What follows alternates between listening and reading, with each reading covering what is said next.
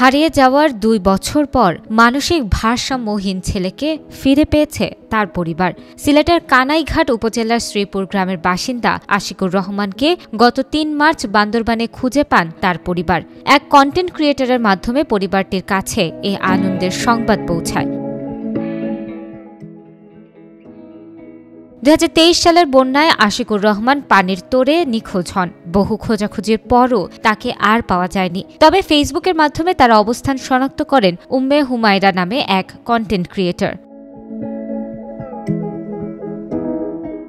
উম্মে হুমায়রা তার ফেসবুক পেজে একটি ভিডিও আপলোড করেন, যেখানে আশিকুর রহমানকে দেখা যায়। ভিডিও দেখে পরিবারের সদস্যরা শনাক্ত করেন এটি তাদের হারিয়ে যাওয়া সন্তান। পরে পরিবারের সদস্যরা উম্মে হুমায়রার সঙ্গে যোগাযোগ করে আশিককে খুঁজে পেতে বান্দরবান চলে যান।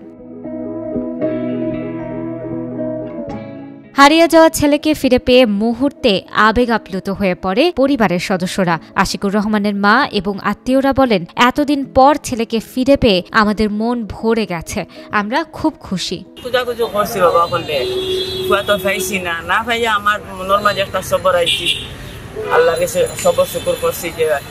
বড় বড় বন্যা হচ্ছে মনে হয় আমার জাদুরে বন্যায় নিচে গিয়া ওখান মনের মাঝে আমি চলাফেরা করছি, খাওয়া দাওয়া এটা খুব বেশি না, সামান্য খাইছি আর জান বাঁচাইছি।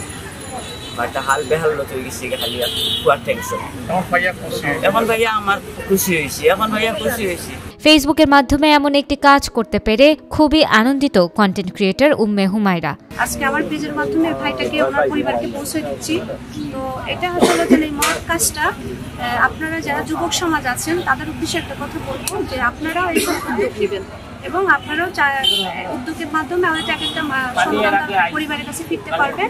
তো এই আশাটাই করবো। আশিকুর রহমানের পরিবারের সদস্যরা জানিয়েছেন, আশিক পরিবারের সবার মধ্যে সবার ছোট। তার একটি ৫ বছরের ছেলে সন্তানও রয়েছে।